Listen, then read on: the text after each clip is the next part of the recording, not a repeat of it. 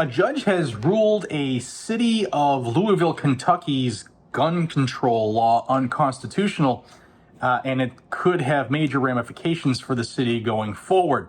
Now, this is a case, I'll be honest, this is a case of a bad scenario, somebody who's doing something not smart, as somebody who has a firearm doing something very bad, somebody who we might not say is an upstanding member of the community.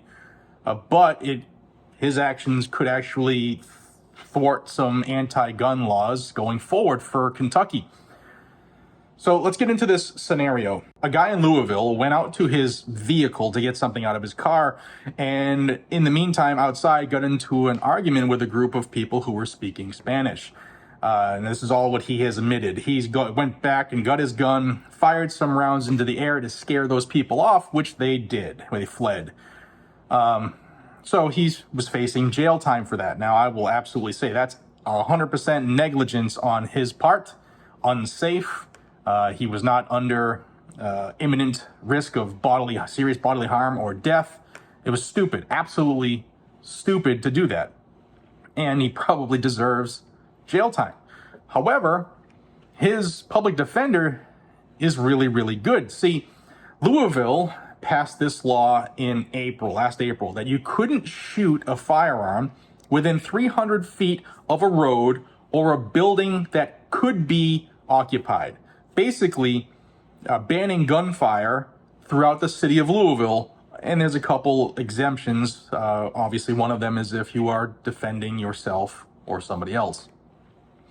So his attorney looked at this law that Louisville was jamming him up on because he fired his gun within 300 feet of both of those scenarios. And when looking at the Kentucky state law, he found that Louisville's law was actually in violation of Kentucky law.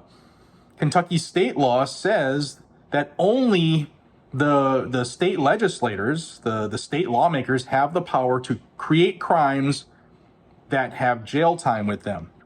What does that mean? Well, local municipality governments, like the city of Louisville, or Metro Louisville as it's called, they don't have the power, the legal power, to create laws in which violating them will send people to jail. They can do like fines and stuff like ordinances, but they can't create criminal law, which they obviously did here. So the judge, who saw that there was a problem here, ruled in favor of the Constitution and said, yeah, Louisville, your gun control law is unconstitutional.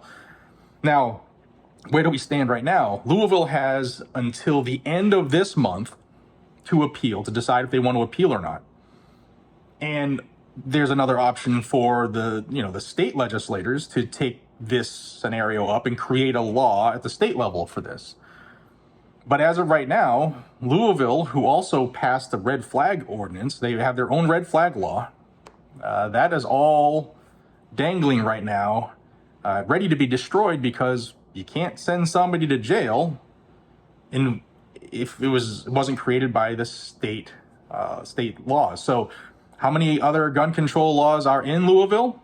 I honestly don't know. I didn't look through their code of ordinances because I'm not into looking at hundreds and hundreds of laws in different cities. But Louisville obviously is a very blue city. When this law that has just been destroyed was passed last April, the mayor called it common sense gun control that doesn't violate or doesn't infringe on the Second Amendment. And that usually tells you everything you need to know about that. But it's big news. So Louisville, we'll see if they turn this around. Now, this is another scenario, and I want to hear you guys and gals. This is where I want to have a little bit of a discussion in the comment section. This is another case of bad guy doing something that destroys anti-gun laws. The felon in possession case out of the Fifth Circuit, that was a dude who wasn't a good cat. And in fact, a lot of people, the Remy case, a lot of people are saying like that could be bad for us when that goes to the Supreme Court. It could actually force the Supreme Court, because they're taking that up.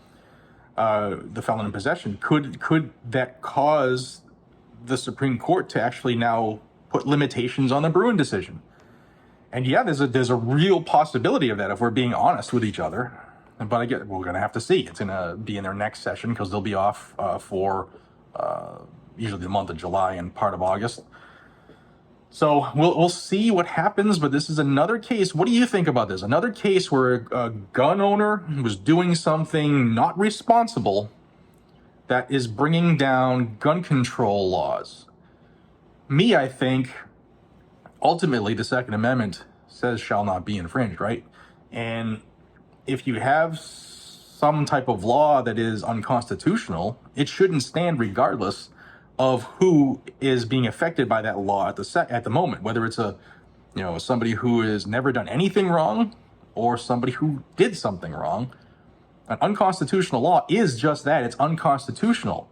A lot of us have this morality clause that we deal with, like, yeah, this guy, like, get into an argument because somebody's speaking Spanish outside or whatever they get into an argument for, going to get a gun and blasting some caps in the air to scare them away is not something any gun owner should do.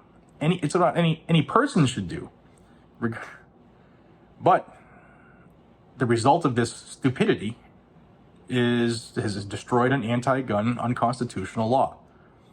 What do you say about that? I'd love to hear all kinds of sides of the argument on this one, because I'm torn on it.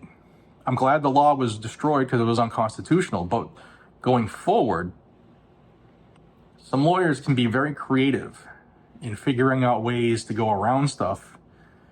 And my question is, like, do these bad guys doing things to destroy anti-gun laws, does it bring gun control to the next step where creative attorneys are going to think of ways to basically make things that much more difficult for judges going forward?